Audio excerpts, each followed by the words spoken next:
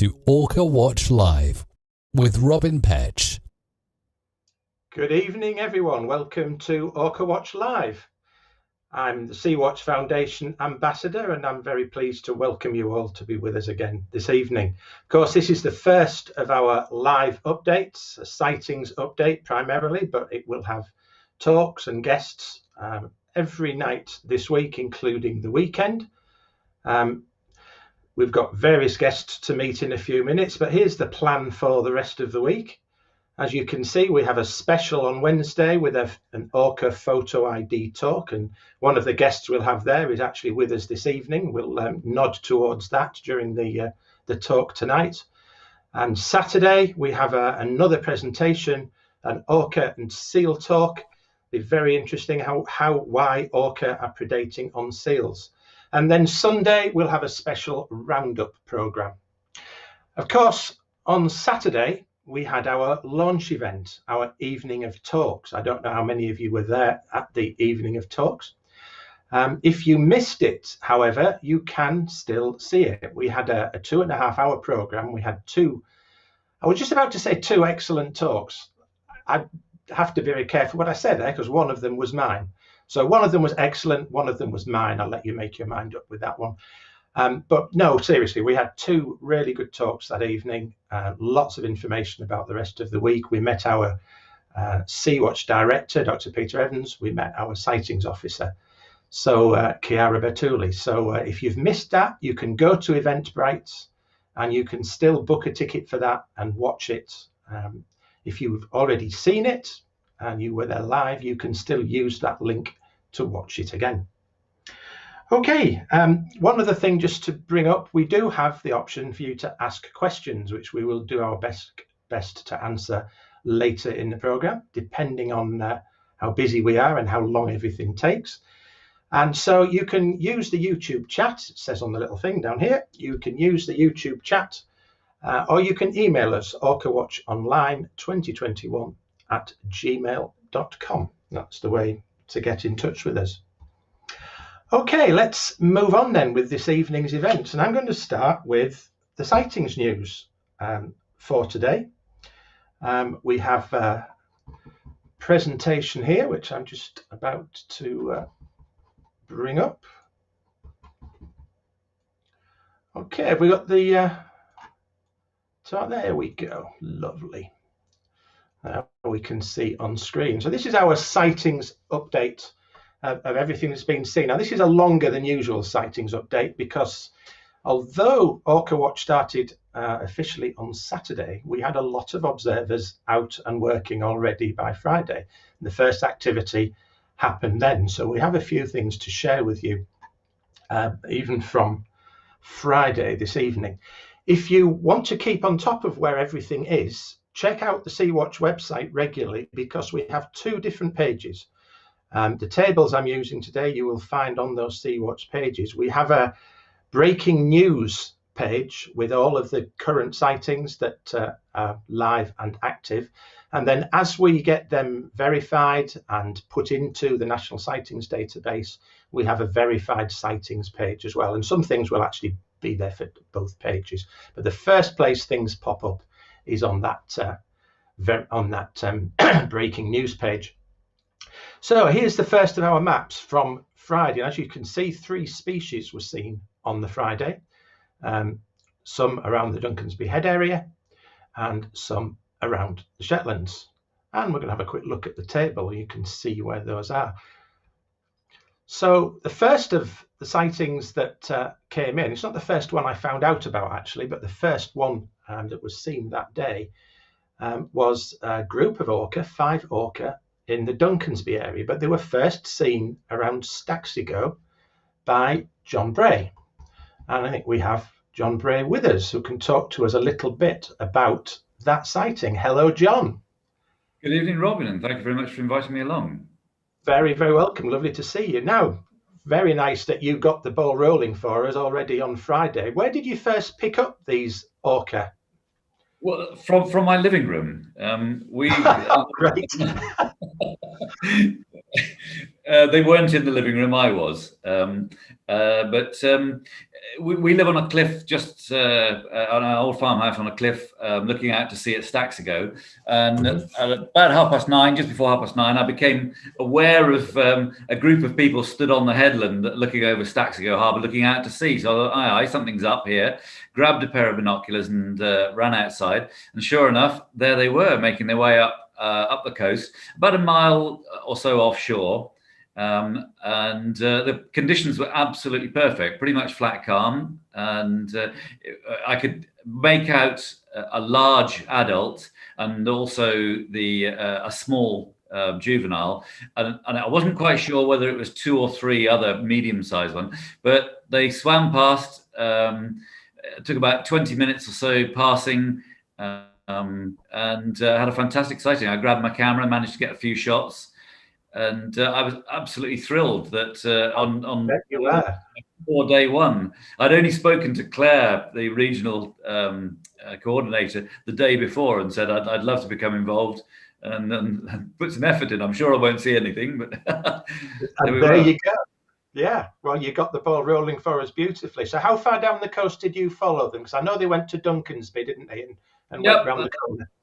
As they disappeared around our cliffs, I jumped in the car and went up to the Noss Head lighthouse, and there were a few people up there, including somebody with a drone, and got there just in time to see them rounding Noss Head, and they made pretty much a straight line towards Duncanby across Sinclair Bay, and we watched them for another, I don't know, quarter of an hour until they disappeared out of sight. But it was fairly obvious that they were intent on headed straight towards Duncansby.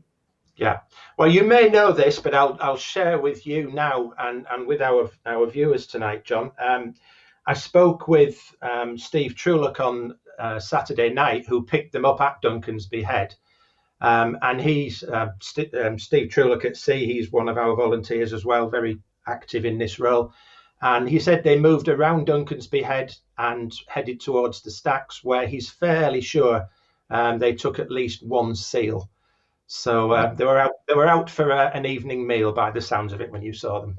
For a morning meal. It was rather good because we have our own resident population of grey seals in the bay, and so I was very pleased that they left our seals alone and headed off to Duncan. Yeah. Well, that's great. Thank you very much for joining us, John. And yeah, keep your eyes open, and we may see you again. Who knows? Hopefully. Thank you very much. Thank you very much. Yeah. So moving on. As you can see, we have more sightings throughout the day on Friday, but we have someone else with us as well this evening who can tell us a little bit more about what they saw too. You'll notice that later in the day at Hocks Ahead on Orkney, another group of 5 orca was seen again by Christina Worth and Robert Fubister. And all being well, we have Christina with us too. Hello, Christina. Hello. Hi. Christina. Well, again, lovely to have you with us. It looks a bit breezy there. A little bit. Yeah. A little bit. That's a bit. Can you tell us a bit then about when you first saw the orca on Friday and how the story unfolded? So we had the shout from Caithness, and we'd been following it up from watching the pages. And then I went to Skerry's Bistro at Lidl. We're not 100% sure we saw fins, but unfortunately no photos to confirm, but we saw them probably about 2-ish. And then after that, we took the chance of coming up to Hocks Ahead, where I am now. And we came along and we sat and watched them just behind me, going sort of backwards and forwards, and then followed again and went across to Berwick, where we sat and watched them again. And then finally, sort of as the evening was going on, we'd seen them head back across to Hocks away. So we went up to a point called Olad Summit, which we then drove up, sat and watched them. From there, we then decided, took the gamble to come back to Hocks Ahead after everyone dispersed. Rob ran ahead of me up the hill, and because I had the dog with me, eventually got here, and I cut across under a hedge, under a fence, and ran across, and we probably had them about 15-20 meters away from us in the sunset. So it was the same pod. It was Musa and Co, but yes, beautiful. Yeah, You can't see this, Christina, but I do apologise. We've actually got a caption underneath you that says John Bray. You are clearly Christina Worth. That's all right. You can see that, right? Well, we do realise, you know. I'm just going to scroll through the pictures just while we have you here. There's a lovely shot here of one of the whales right close into the rock, so they were very, very close to shore. Yes, they were about. We were up on the cliffs, and it was probably, I'd say, probably 10 meters up from them, and they were right in by us. And Musa, actually, at one point, I was stood behind Rob as he was taking the photo, and she'd gone onto her back in a belly roll, and yes, it was a pretty fantastic encounter. So you've actually got an ID for the animals. You know, one of them was Musa, you say? And yes, Musa, Gunner, and I can't remember what the other name was, Olaf or something along those lines. 167 or 166 potentially. I can't remember. Sorry. No, don't worry. No, that's fine. It's just we're still obviously gathering all this in, and I'm sure the viewers will realise that it's sort of all of the time we're adding a little bit more information to every story, and it will all be gathered in the end, and that's why the process of going, just so everyone understands, the process of going from those initial sightings that we have on our breaking news page to having them finally put in the database takes a few days sometimes to get all of the bits and pieces together. So, but absolutely fabulous sighting, and do thank Robert for the photographs, because they really are wonderful. He's hiding down behind the side of him, and they've just come up to do a watch. So. Right, lovely. Well, thank you for joining us. That's wonderful. Thank you. Have a good evening. Thanks a lot. Enjoy the rest of your time there, and see you again, perhaps. Okay, now we've seen on the sightings that there are lots of different species that are being seen at various points. So I'm just going to briefly share with you what those look like. So when you see the names, you know what it is you're looking for. This is the Minky Whale, very pointed head, these white bands on the flipper. This is a typical view of a minke as it rolls over. You can see that pointed head just going back in. That fin's about 2/3 of the way back down its body. And it's an animal that can grow up to around about 10 meters in the case of a big female. Risso's dolphins have been seen in a few places as well. You will notice this is a very large dolphin. They are basically dark grey, grow up to something like 3.5 meters or so usually. And as they get older, they get whiter. They do change pigment slightly, but a lot of it is due to scratches and marks from other males as they're discussing who should have the females, amongst other things, probably. Just a bit of sparring, like, you know, teenagers and all of that. As it says there, they can approach as much as 4 meters, but 3.5, 3 3/4 would be a normal big-sized animal. Very tall fin, as you can see, and from a distance, sometimes people who don't really know the animals well could potentially mistake them for orca. It has been known to have Risso's dolphins sighted as orca, as you can see. Much paler animals, even the dark grey younger ones are nothing like as black as an orca, and those fins are not as tall, but if you can't really get any perspective, it can be confusing. The harbour porpoise, the smallest of our cetaceans, usually about 1.5 meters, can be a bit larger than that, very small triangular fin, and not usually very demonstrative, just roll along quietly at the surface, so difficult to see except on a very calm day. This one, as you can see, has got a bit of damage to the rear of its dorsal fin. Okay. Those are some of the animals that we've been looking at. Let's move on to look at Saturday here, and more sightings, and now we have 5 species on the list. As you can see, dotted all around, we have some sightings around Orkney, we have some in Shetland, we have others up in the northern part of the Hebrides around there, particularly lots of harbour porpoises and a minky whale over in that part of the area. We have minkies off the northeast of Scotland there and around Orkney. and also a harbour porpoise, or some harbour porpoises just around there. And then all of the species pretty much, I think, represented around Shetland at some point. I'm just looking through there. Not okay. Let's move on. Have a quick look through the different sightings that we have there, and we're going to get to a very exciting one in just a moment, because as you can see there, on Saturday too, we had sightings of orca in the Shetland around Meerness, and we have with us Karen Hall from Shetland, who can tell us a little bit about what they saw. Hi there, Karen. Hi, Robin. How are you doing? Very well, thank you. Very, very excited about this sighting, and you must be even more excited.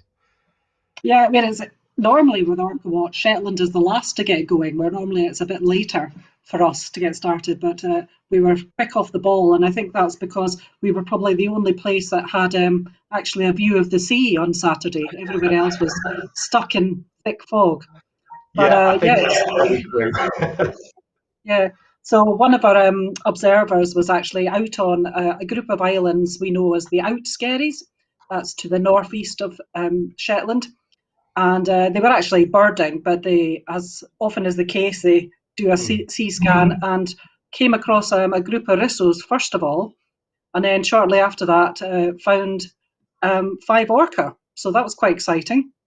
And they did a circuit of the Outskerries and then worked their way down some of the smaller skerries to the east of Wolsey, which is another island on the east coast of Shetland. And basically sort of targeting some of the seal haulouts on these smaller haulouts. Yeah. And thanks to some really nice photographs, which I'm just going to start sharing with our viewers, we actually have an identification of who at least some of these 5 orca were. Yeah, so these are the 169s. And what was interesting about them is they were last seen in Caithness by a couple of our other volunteers. Steve Trulock and Karen Monroe saw them on, I think it was the 9th of May in Caithness. So that's quite interesting. Just shows you the sort of distance they can travel to before you see somewhere else.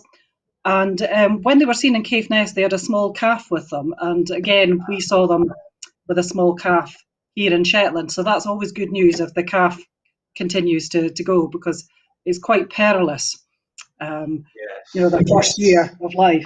And you were asking me earlier that, you know, with the identifications in the catalogue, the, you know, 169s, it's 169, 170 and 171, but they are often seen with some other animals. And of course, the calves don't tend to get an ID number until they're sort of a year or 2 years old, because there is quite a big mortality rate with them. So the calf that's with them at the moment is probably only a couple of months old. So it won't get a number probably till the next update. I'm just sharing a picture of 169 from the catalogue at the moment, which she's the matriarch of the group, we understand. Yeah. And if you go on to 170, I think 170's actually got one of them's got it's either 170 or 171's got a really nice nick. 170, you can't really see it in. 170 is the one where you look at it, you can just see over on the left-hand picture. There's a nice handy nick, and that's really how we quickly get the ID, because 169 is always seen with 170. So that helps us with getting the ID quite quickly. So we've got the 3 main animals from the pod there, plus a calf and plus somebody else, basically, at the moment. Yeah. So I mean, that'll be a job for the sort of Orca ID people to go through all the photos when we get a chance. But they're all out chasing orca at the moment as we speak. Of course they are. Why wouldn't they be at the moment? I mean, as I was saying earlier, we have this sort of breaking news list of sightings because of the immediacy of Orca Watch, but you will see it will take quite some time before some of those sightings get put into the catalogue properly, because as Karen says, we have a lot of work to do before everything is verified and the full details are there. And like Karen, of course, you're all right now out there doing things. Yep, so there's a summary of what you're carrying out. I'll just point out, Karen pointed out to me earlier that I hadn't realised, as I'm not up there, the Outskerries is the name of the group, and Meoness is one of the islands there. So it's not Meoness and the Outskerries. Meoness is the first island that they were seen near, and then it's part of that Outskerries group. And there's what Karen said, last seen off Caithness on May the 9th. And you last saw them in Shetland on June the 8th, I understand.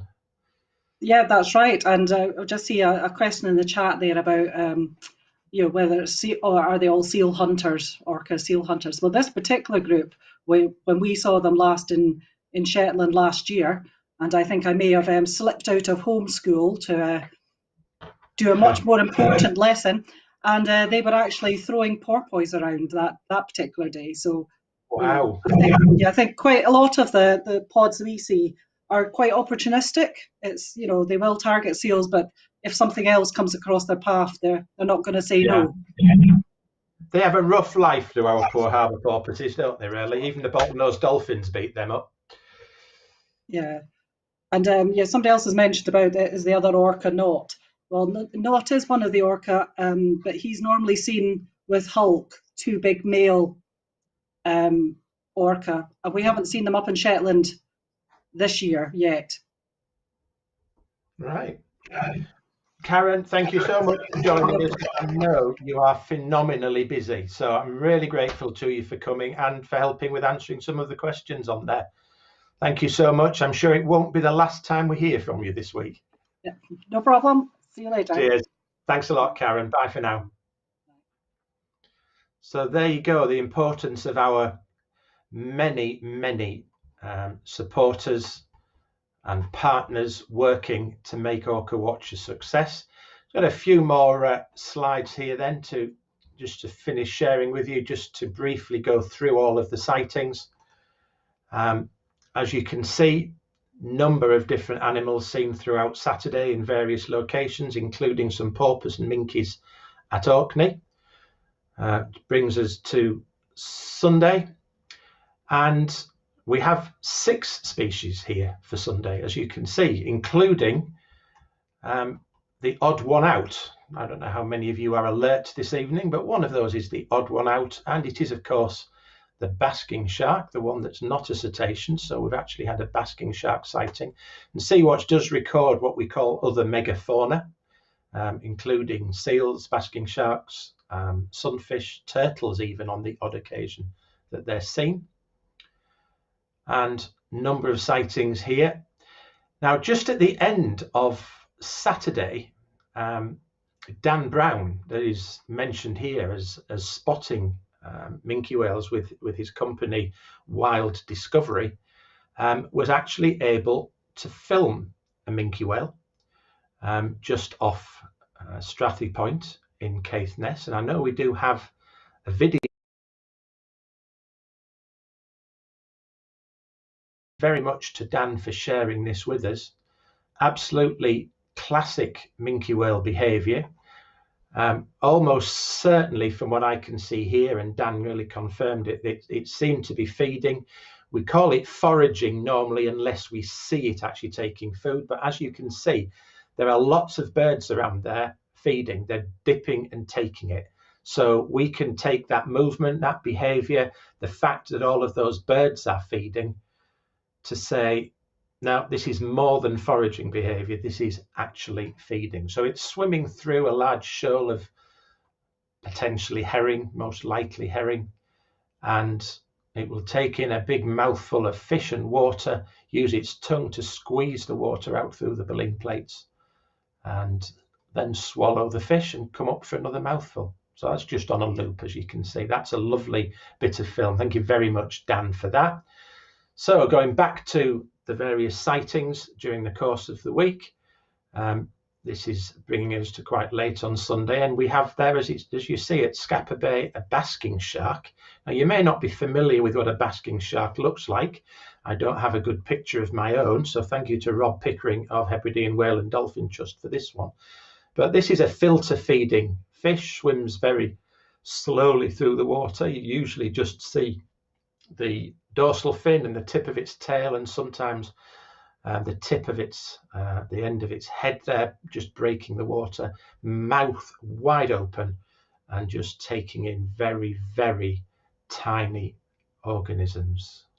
Really lovely animal, and great that people were seeing them. More sightings on Sunday, including bottlenose dolphins in Morayfirth, but also up at Strathy Point there, and Spey Bay, an important place for me. And we're not going to dwell on this sighting tonight, because Monday, the Monday sightings really are for Tuesday's programme. But this is the latest information I had at the time. I believe we've had more sightings since then. But as you can see, another group of orca and another group identified. They were thought to be the 27s, possibly at one point, but turned out to be the 12s. And we'll look at them in more detail. Oh, we have got 2 more sightings up on the list. That's excellent. So for the latest throughout the week, go to seawatchfoundation.org.uk, have a look at the breaking news page and the verified sightings page throughout the week. So here's that breaking news. This is that little group that turned out to be the 12s group, the 12 being the matriarch, and the other animals in that group being 160, 161, and 162. And the youngest of them all, the offspring of number 12, is Tilly, number 163. So fabulous. That's our sightings summary already. As you can see, lots of activity. There's more sightings still to come in. We know there are more out there that we just haven't even collated on our breaking news yet. And if you want to support this work we're doing now and all year round, as I've said before, you can join us as a member from only £3.50 a month. You can adopt a dolphin to support the work of the Cardigan Bay monitoring project in particular. We'll talk to Katrin from that project a little later. And you can donate to the PayPal Giving Fund and choose the Sea-Watch Foundation. Quickly through our partners, the local community partners, a big thank you to them, our accommodation partners, our collaborators, all of our correspondents on the ground. Those are our key ones, but as you've seen tonight, we have many other volunteers there, and it's lovely that they were able to join us this evening. And of course, NatureScot, the PlungeIn, the Coasts and Waters Community Fund, who've helped make this project possible. Thank you to them all. As I said on Saturday, when orca were first depicted back in ancient times, they were very much seen as purely as an aggressive and actually even evil creature. And if you remember, the very name Orcinus orca means from the dead, to do with Orcus and the underworld, of course. And this is probably partly based on the Greek love and reverence for dolphins, because they were known even back then to attack and kill dolphins. And so as dolphins were seen as intelligent and altruistic creatures, omens of good fortune, the orca attacking them was seen clearly as a really bad thing and made them an evil creature. And although he wrote about them at length, Pliny actually probably only ever saw an orca once at Ostia, which back then was the port for Rome. Anybody who cruises will know it's now Civitavecchia, but back then Ostia was the port for Rome. And this is actually images of the Praetorian Guard being led by the Emperor Claudius. He actually led them into battle himself against an orca in the harbour, as he put it, for to show a pleasing sight to the people of Rome. Lovely piece of art from 1595 here, but of course that's a much later depiction of the scene. But that is typical of how these creatures are portrayed in ancient documents. This is a wonderful piece of cartography from the cartographer, writer and Catholic writer Olaus Magnus. is Carta marina. And you can see here, actually, it's not just the orca that looks dangerous and evil. The big whale there itself does. And of course, again, cetacean itself, that word is linked to the Greek and Latin words for sea monster. So they were often portrayed in that way. It took quite some time for a slightly more balanced view to start arriving. But even back in the 1960s, people were still in fear of, and in fact, in some cases, hating the orca. And this is Vancouver Island, believe it or not, which of course is the home of orca research, the place where this work started, the work that has led to, for example, that wonderful Scottish killer whale catalogue that we're going to hear about on Wednesday. And because the orca were taking their fish, what they considered their fish, of course, it was decided that they needed to shoot the orca. And this was actually the Canadian Department of Fisheries. This wasn't the fishermen coming up with this idea. This was an official idea. And they actually mounted a 50 caliber Browning machine gun on the top of those cliffs in order to shoot any orca passing through these narrows, which is the main channel for shipping as well, through between Vancouver Island and the mainland. The only reason that they didn't do it, as I mentioned on Saturday, is not because somebody thought it was not a nice way to treat the orca. It was because people went for walks in the woods, the other side of this very narrow channel, and were likely to be shot down by this machine gun, more so than even the orca, probably. But that's typical of attitudes that stretched right into the 1970s. An official US Navy diving manual even actually clearly states in the instructions that if you see an orca, to leave the water. And this is, as I said, this is US Navy diving stuff. They said the orcas would attack humans at every opportunity. And it was believed that that was the case. And in some countries, Norway, for example, they feared that killer whales were decimating the herring stocks. So again there, the government subsidised the hunting of orca. Now, of course, they're an important aspect of both Canada's and Norway's and Iceland's tourist industry. How quickly things change, really, if you think over time. And one of the reasons that these opinions changed was this whale, Moby Doll, the killer whale who changed the world, as Mark Lear and Young described it. And I haven't seen it yet. I don't think it's made. But Mark is actually working on a video production, which I'm hoping will be televised, by the same people that made Blackfish, to tell the full story of Moby Doll. So I, for one, will be very much waiting for that. But this is Sam Burek, you see here on the left, who was a sculptor commissioned by the Vancouver Aquarium to make a sculpture for the new hall, the British Columbia Hall, featuring an orca sculpture. So he set off with a team to harpoon an orca, to bring it back so he could use it as a model to make his sculpture.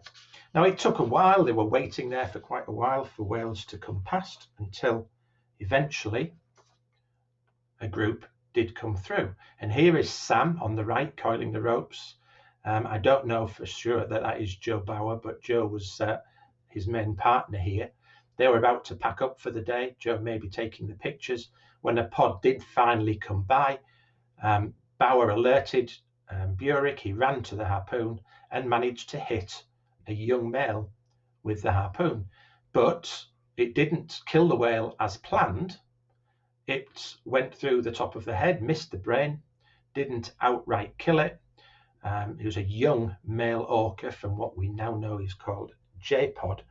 And initially the whale was stunned, and they were amazed to see, the two men, that the other members of the pod came and held the young whale at the surface.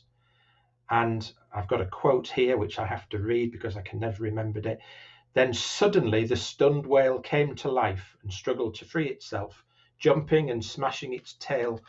Shrill whistles so intense they could easily be heard above the surface of the water 300 feet away. Some people then started shooting at it, but Burek was already beginning to think that this was perhaps not something that they should have done.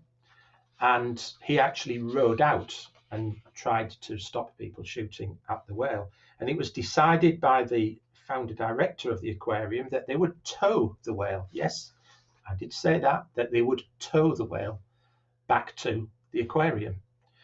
They took him to a dry dock in order to basically put him on display and study him. Now, I keep saying him. You may wonder why the whale was called Moby Doll. This is just typical, really, of the industry, that they just wanted a really nice name. And because it didn't have a big, tall fin, and everybody knows that male orcas have big, tall fins, they kind of assumed it must be a female. And it's only much later that they realised that they did actually have a male, but by then he was already known as Moby Doll, so they just pretended that it was a female. The problem was, of course, that once in the aquarium, not in his natural environment, having suffered having a harpoon through the head, and then, to be fair to them, they did tow very, very carefully. Initially, the whale did try to struggle a bit, but then kind of just fairly meekly came along with. Some of the orca pod travelled with Moby for a while, and even hung around once he was actually in the dry dock. And suddenly, with the news of this whale, thousands of people were visiting. And of course, many of them are feeling very sorry for the whale. Scientists started listening to the vocalizations, and ideas began to form in a lot of whale researchers' minds that if they are this communicative, that perhaps this is something we could study in the wild. And of course, it did lead to further studies. They decided in the end that having so many members of the public visiting him was not a good thing. So he was moved yet again to a sea pen. And during that move, he tried repeatedly to escape, sadly without success. And it was quite a while before he ate at all, because again, this deadly evil killer obviously ate red meat. So he had horse hearts and offal and all sorts of food offered. And it was only when somebody finally had the great idea of actually feeding him with some fresh ling cod did he begin eating. He 55 days before he ate anything at all. Ate quite a bit that day and then started eating quite ravenously, but sadly, combination of very poor condition of his skin, which you can see in the right photograph, the trauma of everything he'd been through, the lack of food for the best part of 2 months, and he didn't make it any longer than October 1964. But it started that chain of events which started changing our view of the orca. And one of the people that inspired me very, very early on in this area was Paul Spong of Orca Lab. Met him briefly way back in the 1980s when I was involved with the campaign to free Quay. And like a lot of people back then, marched and all of those things. It is now 50 years since Quay was captured from this area, and she is still in captivity. And Paul has a real hope that she and some of the other captive orcas could be returned to their home territories. He has a sea pen ready to go near Orca Lab on Vancouver Island.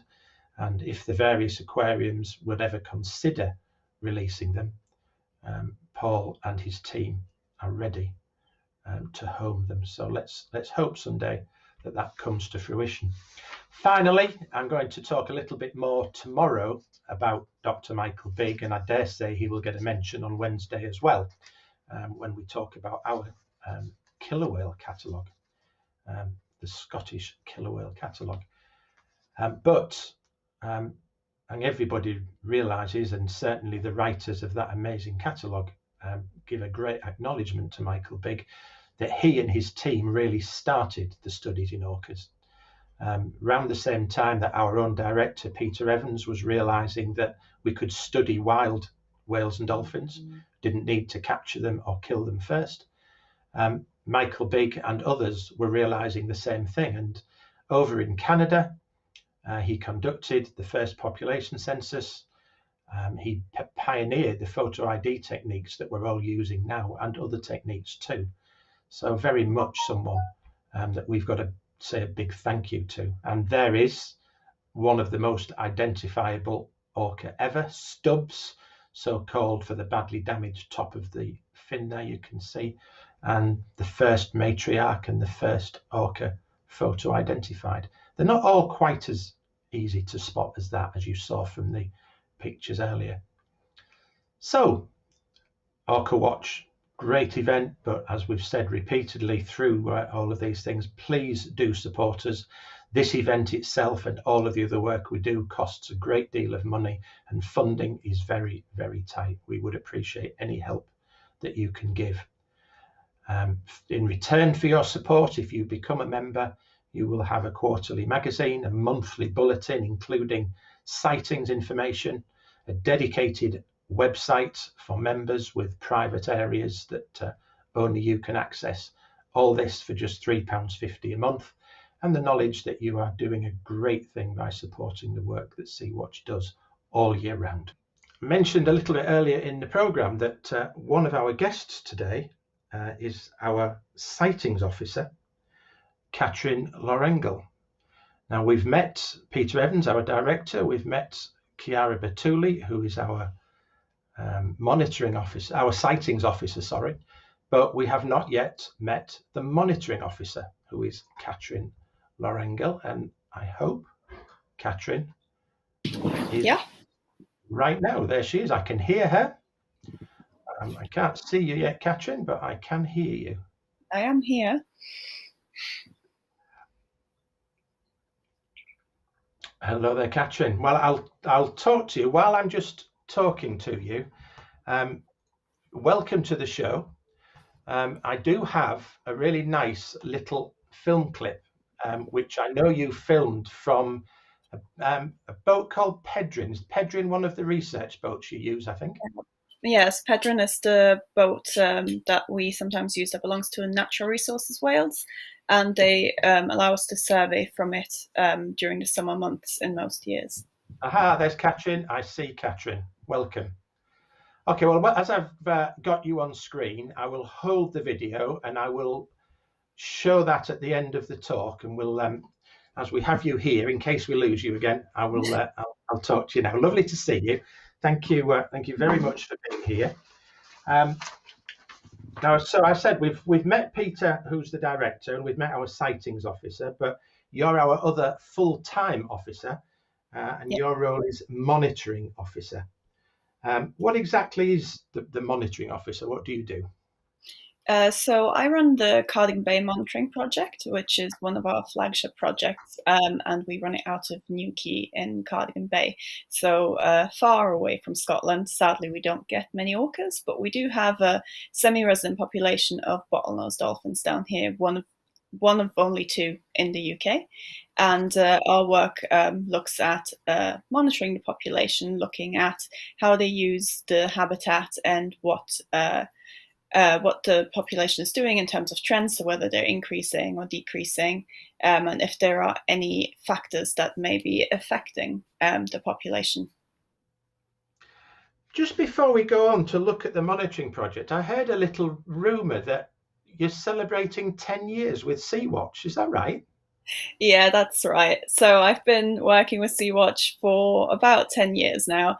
I started off as a research assistant in Cardigan Bay, so a voluntary position, and then have since then been working in various positions, including regional coordinator and then as well as development officer, which is essentially a post that was a lot like regional coordinator but focusing on Wales. And then 5 years ago I moved to Cardigan Bay and became the monitoring officer. Right, well, congratulations on 10 years. We should have made a cake. Sorry about that. That's all right. Okay, so the Cardigan Bay monitoring project then, what exactly is that? So we're based in Quay, and every summer we have, well, I'm the only full-time member of staff down there, but every summer we have some interns join us in the office, and they help us carry out various work. So we do land-based watches from the pier. We also do photo identification and line transect surveys out in the special area of conservation. And all this is to essentially study the semi-resident population of bottlenose dolphins that we have here in Quay. Around in Quay, we also have a special area of conservation there, and our work Sea-Watch's work was actually vital to the implementation of this SAC. It was the work that Sea-Watch did that showed that these animals were preferentially using the area, and that there should be a special area of conservation designated there to protect them. I think it is a vital area. What is it about that area particularly that is so important to them? Why is it that they are coming there? So yeah, that's a good question. Cardigan Bay is quite a special place. Obviously, it's very beautiful, but it also has a variety of habitats. So especially if you look at maps of substrate in Cardigan Bay, you can see there's lots of different types of substrate. You have rocky reefs, and you have sand and mixed substrate, so pebbles and rocks, which means all these different habitats. You have a lot of different prey species that come there as well. So it's a really good place for the dolphins to feed. And also Cardigan Bay is quite a shallow bay, so it's not very deep. There's no sudden drop-offs. It's quite sheltered as well. And that means it's a very good place for female dolphins to calve and raise their young. I understand sometimes they even actually come sort of into the harbour and around where the boats are in the harbour from time to time. Oh yes, we do. We do get them very close to the harbour a lot. So part of the internships, our interns actually do land watches every day from 7 a.m. to 9 p.m. Obviously, I do them in shifts, not the entire day. But during those watches, they do see the dolphins come very close to land. And in fact, we have a video on our YouTube channel that was filmed with a camera phone of one of our adoptable dolphins, Barry, coming to within about 10 meters of the pier. And that was just last week. Tremendous. So in doing this study, what sort of data are you collecting, and then what do you use that data for? Yeah, so we collect two types of data really. Line transect data, where we follow set routes, and then we collect our sightings data during those on those routes. So we follow a set route, we note down our sightings, and we survey this specific area. That is then used for population estimates. We also do photo ID, where the aim is to identify individual dolphins by their distinctive dorsal fins, very much like you would do in killer whales. You look at the distinct nicks and notches that are on the trailing edge of the dorsal fin, and this helps us identify individuals. And by doing this, we can look at things like life history. We can look at social structure, how animals are associating with each other, how they use their habitat, how they are using the area in the sense of, are they there every year, or are they there only a couple of years and then they move on? And again, it gives us a way of estimating population size as well. Now, obviously, this week we're focusing especially on orca, but we've made the point throughout that Orca Watch for us is just 1 week of 52 basically, and one species of 30. And the studies that you're doing down there in Cardigan Bay are crucial, not just to us as a charity, but to the animals there in particular. And I know funding is tight. So what in particular at the moment do we need funding for? So yes, unfortunately, funding has become quite tight due to a combination of factors such as, the pandemic, which has affected everything. A lot of charities are applying for the same pots of funding, which means we're more at a disadvantage than usual. So we are looking for funding for our surveys primarily. So if we can't do our surveys, we can't go out and identify the individuals that we're looking for. We can't do population estimates. So really what we need funding for is the line transect surveys, which are the most expensive and the longest surveys that we do. We also need to cover our running costs for the office so that we can continue having interns come in every season.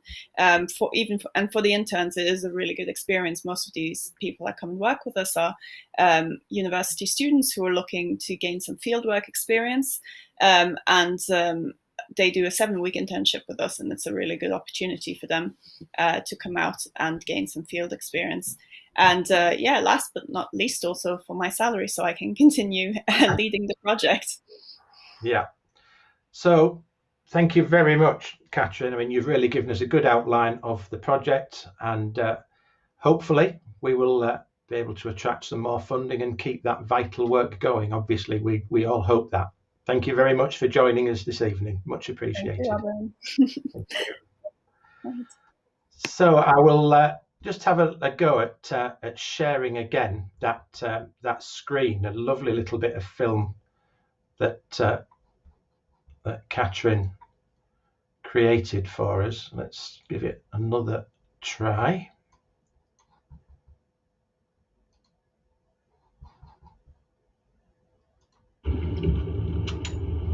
Here we go. You can hear the boat's engine.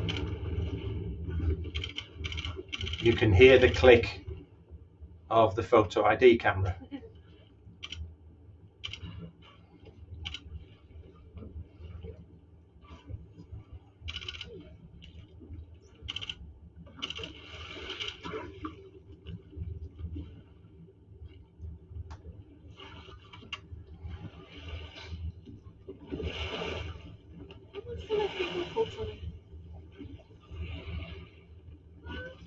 It looks like it, doesn't it? It must be a very young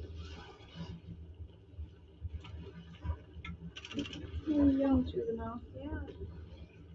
And of course, what they're trying to do is take photographs of the fins. You'll notice it's each time they come up, they take most of the pictures.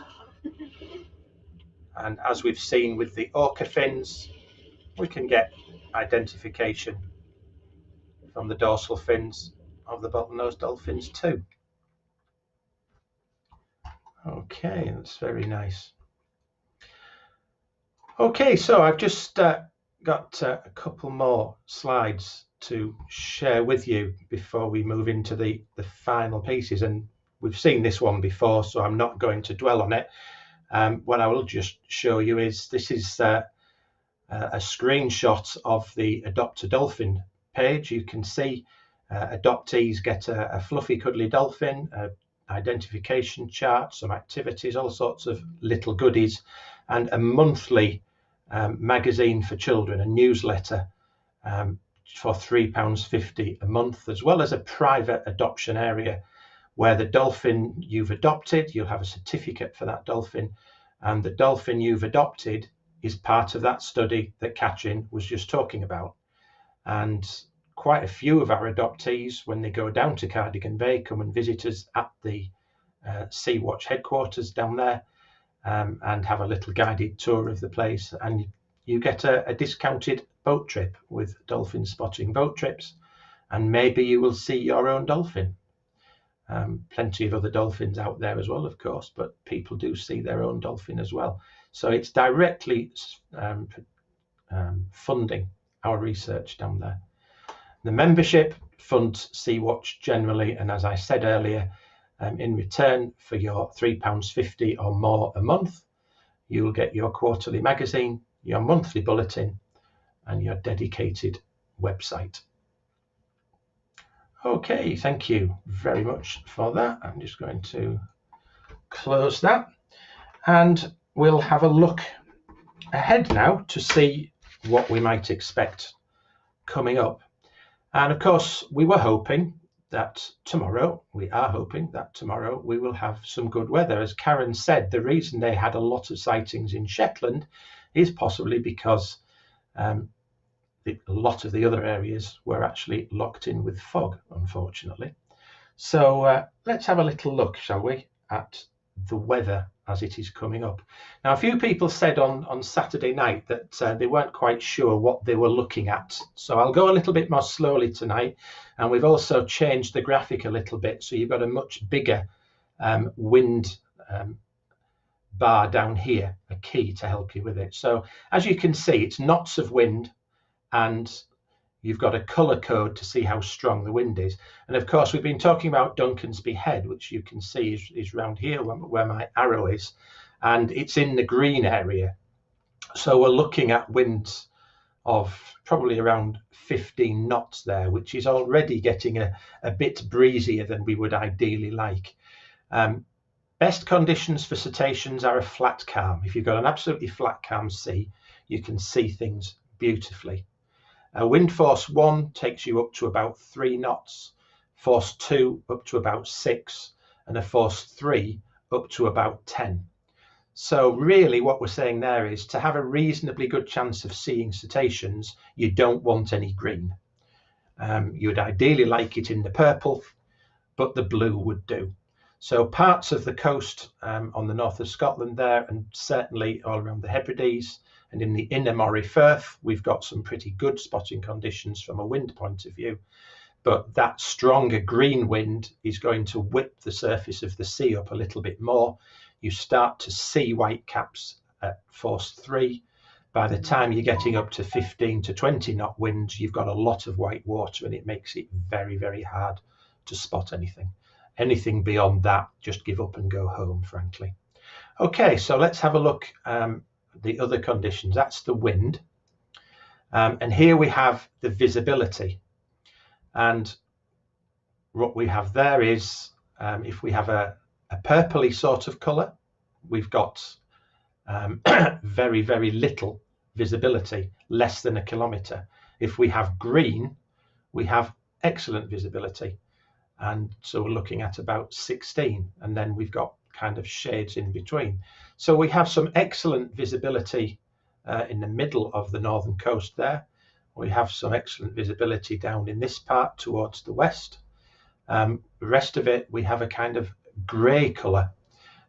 So the visibility is looking like it may be a little difficult tomorrow. We will see. Hopefully that will prove to be wrong. And finally, swell. Swell always confuses people. Swell is different to the waves.